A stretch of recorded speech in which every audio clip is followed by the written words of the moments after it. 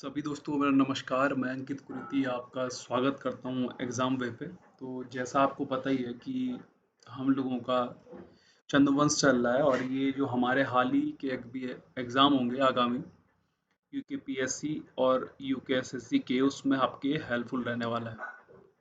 तो देखिए, अब तक जो इससे पहला वाला सेशन था उसमें मैंने आप लोगों को लक्ष्मी चंद और बाज बहादुर चंद के बारे में बता दिया था, है ना। अब जो है, अगले जो राजा आते हैं चंद्रवंश के, वो आते हैं उद्योत चंद। कौन आते हैं? उद्योत चंद। इसकी जो पीडीएफ होती है वो मैं आप लोगों को टेलीग्राम पे अवेलेबल करवा देता हूँ, ताकि आप लोग कम टाइम में ज़्यादा से ज़्यादा पढ़ सकें या रिवीजन आसानी से कर सकें। तो उद्योत चंद की बात करूँ मैं, तो इसको चंद्रवंश में देखिए, बहुत सारे राजा ऐसे हैं जिनको कुछ बीमारियां हुई थी, है ना। किसी को कोई क्षय रोग से मरा, तो कोई किसी और चीज से किसी की डेथ हुई। तो उद्योत चंद को जो थी वो धाई माता की क्या थी? बीमारी थी। क्या थी? धाई माता की बीमारी। और इनका जो इलाज चल रहा था वो चल रहा था राजवैद वरदेव जोशी के द्वारा। मतलब जो राजवैद थे, डॉक्टर थे, वो कौन थे? वरदेव जोशी। अब इनके प्रथम सेनापति किसके? उद्योत चंद के सेनापति थे हीरू देवबा। कौन थे? हीरू देवबा। और दूसरा सेनापति था इनका शिरोमणि जोशी, जिसे सोर का नेगी भी कहते थे। तो नेगी एक पदनाम हुआ करता था, है ना। ये कास्ट नहीं था, बल्कि ये क्या था? ये पदनाम था। बद्रीदत्त पांडे ने सबसे प्रतापी चंद शासक बताया किसको? उद्योत चंद को। अब इसके कार्य क्या है? इसने कौन कौन से युद्ध लड़े? तो इसके समय में मेदिनी शाह ने दूनागिरी एवं द्वारा हाट पर आक्रमण किया। किसने? मेदिनी शाह ने, जो गढ़वाल का क्या था? शासक था। उद्योत चंद ने 1678 ईस्वी में बधानगढ़ का किला जीता। किसका? बधानगढ़ का किला जीता। इस युद्ध में चंद सेनापति मैसूर शाह मारा गया। कौन मारा गया? मैसूर शाह। इसने अपने राज्य में, किसने? उद्योत चंद ने अपने राज्य में स्थायी सैनिक छावनियां भी बनाई। किसने? उद्योत चंद ने। इसके शासनकाल में एक मराठा राजकवि मतीराम चंद दरबार में आया और उसने कौन सा ग्रंथ लिखा? फूल मंजरी नामक ग्रंथ लिखा। तो ये पेपर में पहले भी आ चुका है कि उद्योग चंद के जो दरबार में मतीराम चंद राजकवि आया था, उसने कौन सी ग्रंथ लिखा था? तो कौन सा लिखा था? फूल मंजरी। अच्छा, इसके समय, इसके मतलब उद्योग चंद के समय रुद्रपुर के क्षेत्र को तराई भाबर कहा जाता था। क्या कहा जाता था? तराई भाबर कहा जाता था। और उद्योत चंद ने कोटा भाबर में आम के क्या लगाए? बगीचे भी लगवाए। साथ ही साथ तल्ला महल व रंग महल का निर्माण भी किसने करवाया? आपका उद्योत चंद के द्वारा। अल्मोड़ा में दो मंदिरें बड़ी फेमस हैं, त्रिपुरा सुंदरी मंदिर और पार्वतीश्वर मंदिर। ये अल्मोड़ा में किसने बनाया? उद्योत चंद के द्वारा ही बनाया गया। अब जो सीरा राज्य था इसके टाइम पे, वहां का सीकदार कौन था? भाई गंगाराम। और सीरा को उस टाइम पे वल्ली डोटी भी कहते थे। क्या कहते थे? वल्ली डोटी भी कहते थे। अब उद्योत चंद का डोटी अभियान, है ना, जो नेपाल पे उसने अभियान चलाया, दूसरा चंद राजा जिसने डोटी पर आक्रमण करा भाई। और और डोटी विजय के बाद उद्योत चंद 1682 में प्रयाग के रघुनाथपुर घाट में स्नान क्या करने गया। इसकी अनुपस्थिति में डोटी राजा देवपाल ने काली कुमाऊं पर कब्जा कर दिया। अब भाई ये जब ये कहाँ गया था? प्रयाग रघुनाथ घाट गया हुआ था स्नान करने। तो इसके अब्सेंस में जो है, डोटी राजा जो देवपाल था वो काली कुमाऊं पे, काली कुमाऊं बोले तो आपका चंपावत पे क्या कर दिया? कब्जा कर दिया। उद्योग चंद ने 1683 ईस्वी में नेपाल की ग्रीष्मकालीन क्या राजधानी अजमेरगढ़ पर अधिकार कल किया था। इस अभियान में जो उसका पहला सेनापति था, कौन? हीरू देवबा, वो क्या? मारा गया। वो मारा गया। डोटी के राजा की शीतकालीन राजधानी जुराइल दीपाइल कोट थी। कौन थी? जुराइल दीपाइल कोट थी। और ये जो था सेठी नदी के क्या था, किनारे था। कहाँ था, सेठी नदी के किनारे। 1688 खैरागढ़ किले पर अधिकार, खैरागढ़ की संधि हुई जब ये युद्ध हुआ, और ये हुआ देवपाल के साथ, और उसने विवश कर दिया ये डोटी नरेश जो देवपाल था, इसको कर देने के लिए उसने विवश कर दिया जब उसने खैरागढ़ के किले पे क्या कर दिया, 1688 में किस जो चंद्राधिकार कर लिया। जब 1696 ईस्वी को डोटी राजा ने कर देना बंद कर दिया, जिस कारण उद्योत चंद ने तीसरी बार जुराइल दीपाल पर आक्रमण किया और इसमें चंदों की पराजय हुई, और उसका दूसरा सेनापति शिरोमणि जोशी भी क्या मारा गया। तो जब दूसरे युद्ध में इसकी हार हुई तो ये बहुत मतलब परेशान सा होने लग गया कि, और उसने कह दिया कि अब मैं युद्ध नहीं करूंगा, जैसे कलिंग युद्ध के बाद में अशोक ने कहा। तो ये जो हुआ, उद्योग चंद ने राजकाज छोड़ करके ये शांति की तलाश में चल पड़ा। अब इसके जाने के बाद में ज्ञानचंद द्वितीय आया। कौन आया, ज्ञानचंद द्वितीय। उसका कार्यकाल 1698 ईस्वी से 1708 ईस्वी तक था, है ना। तो 1699 ईस्वी में इसने बधानगढ़ पर क्या करती, विजय प्राप्त की। ज्ञानचंद ने बधानगढ़ से नंदा देवी की स्वर्ण प्रतिमा अल्मोड़ा के नंदा देवी मंदिर में क्या करी, स्थापित करी। ठीक है।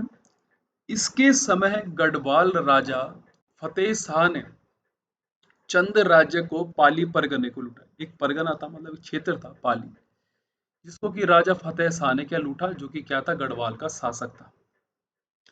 अब जब लूटा तो उसके बाद में युद्ध हुआ। तो दुधौली का जो युद्ध है वो ज्ञानचंद द्वितीय, ज्ञानचंद द्वितीय, ये ध्यान रखना, फर्स्ट नहीं, द्वितीय, और फतेह शाह के बीच में 1703 ईस्वी में हुआ। 1704 में इसने डोटी अभियान फिर से चलाया और युद्ध कुमाऊं सीमा पर मलेरिया ग्रस्त भाबर में हुआ है। तो जो आपको पता है, जो तराई का ये क्षेत्र था भाबर का, यहाँ मलेरिया बहुत ज्यादा प्रकोप था। तो मलेरिया ग्रस्त क्षेत्र में हो तो डोटी नरेश तो भाग गया, लेकिन जो आपके चंद सैनिक थे वो मलेरिया क्या हो गए, ग्रस्त हो गए। कत्यूरी घाटी में बद्रीनाथ मंदिर बनवाया, है ना, जो आपका ये अल्मोड़ा क्षेत्र पे पड़ता है बद्रीनाथ मंदिर, वो वाला बद्रीनाथ नहीं जो हमारा धाम है, बद्रीनाथ मंदिर बनवाया था इसने कत्यूर घाटी में। तो तराई भाबर में आम के बगीचे लगवाए।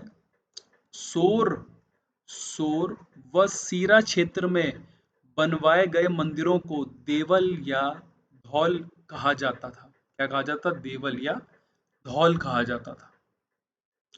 इसके बाद में आया हमारा जगत चंद, और इसका कार्यकाल होता है 1708 से लेकर के और 1700 कहाँ तक, 20 तक। इसको कुमाऊं का स्वर्ण काल बोला जाता है। तराई भाबर में 9 लाख रुपए की आय होती थी, मैंने आपको कहा था। ये बहुत मिलनसार और प्रजा हितैषी था, है ना। लोहाबगढ़ और बंधाणगढ़ से गढ़ सैन्य को इसने मार भगाया। श्रीनगर में इसने क्या करा, फतेह शाह को हराया। व देहरादून भाग गया, कौन, फतेह शाह। श्रीनगर में कब्जा करके इसने, कोई ब्राह्मण था उसका नाम नहीं पता चला है, पर किसी ब्राह्मण को इसने क्या दान दे दिया था, किसको, श्रीनगर को। इसके समय फतेह शाह ने कत्यूरी घाटी में आक्रमण किया। फतेह शाह ने क्या करा, कत्यूरी घाटी में आक्रमण किया।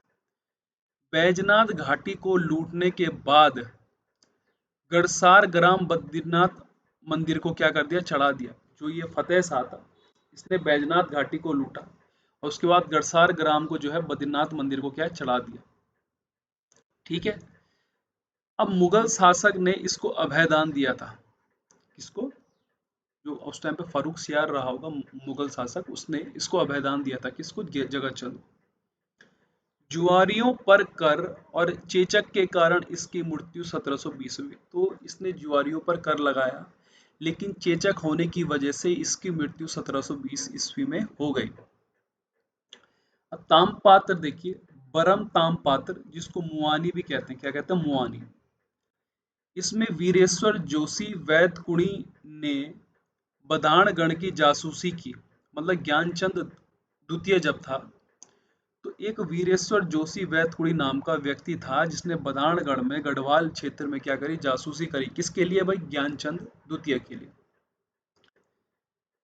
वीरेश्वर जोशी रौद भूमि दी गई। आपको पता है कि ये जो बहादुरी के लिए पुरस्कार दिया जाता था चंद में, वो रौद पुरस्कार दिया जाता था, तो वीरेश्वर जोशी को क्या दिया गया भाई? रौद भूमि दी गई। और उस टाइम पे सीरा का जो सीकदार है वो किसको बनाया गया? शत्रुपाल भंडारी को। किसको बनाया गया? शत्रुपाल भंडारी को। सीरा का जो नया सीकदार बना। अब देखिए, कहा जाता है कि जगत चंद के बाद से, मतलब जो इसका कार्यकाल था 1720, इसके बाद से चंदों का क्या हो गया था? अवंतिकाल शुरू, मतलब उनका डाउनफॉल शुरू हो चुका था। ठीक है, मतलब जो उन्होंने एक वर्चस्व था, जो एक शासन करा, वो धीरे धीरे कर क्या करने लग गया? खत्म होने की कगार पे आने लग गया था। तो जगत चंद का उत्तराधिकारी देवी चंद हुआ, जिसने 1720 से लेकर के 1726 तक था। और 1720 से कहते हैं कि चंद का क्या हो गया? अवंतिकाल शुरू हो गया, मतलब इसका डाउनफॉल शुरू हो गया। ये खुद को विक्रमादित्य बनाने के लिए लगा रहता था। कौन? ये जो देवी चंद था। और इसको, इस देवी चंद को कुमाऊं का मोहम्मद तुगलक भी कहा जाता था। जैसे मोहम्मद तुगलक क्या था कि बहुत सारी योजनाएं लाया पर एक भी सफल नहीं हो पाई, और उसकी वजह से जो है जनता को बड़ा सफर करना पड़ा, आर्थिक स्थिति बड़ी कमजोर हो गई। तो ये भी कुछ उसी तरह का क्या था? व्यक्तित्व था। विक्रमादित्य के बनने के चक्कर में इसने खूब धन क्या करा? व्यय करा, पर बन नहीं पाया है। तो श्रीनगर जीतने के असफल प्रयास में, अब श्रीनगर जीतने का प्रयास करने लग गए फिर से। देवी चंद ने एक पहाड़ी को विजित कर उसका नाम फतेहपुर रखा। क्या रखा? फतेहपुर। एक पहाड़ी जीते और उसका नाम फतेहपुर रख दिया। आगे कुछ तो दिखाना था भाई। अब देवी चंद ने रोहिल्ला सरदार दोद खान को अपना सेनापति नियुक्त करा। अब ये रोहिल्ले बहुत सुनने को मिलते हैं आप लोगों को। रोहिल्ले एक्चुअल में, ये आपका जो रामपुर का क्षेत्र पड़ता था, बरेली का क्षेत्र पड़ता था, यही रोहिल्ला का क्षेत्र था। और इनकी राजधानी भी बरेली या कभी रामपुर हुआ करती थी, है ना। इसकी हत्या इसके बिष्ट दरबारियों ने में माणिक बिष्ट व उसके पुत्र पूरणमल ने की थी। तो इसकी जो हत्या थी किसकी? जगत चंद की। वो इसके बिष्ट दरबारी थे दो, माणिक बिष्ट और उसके पुत्र पूरणमल ने की। अब इससे आगे के दो और हमारे चंद शासक होंगे, है ना। उसके बाद में हम इसके प्रशासन के बारे में, इनकी कर व्यवस्था के बारे में, क्योंकि 36 तरह के कर थे कहा जाता है इनके समय में, तो उनके बारे में पढ़ेंगे।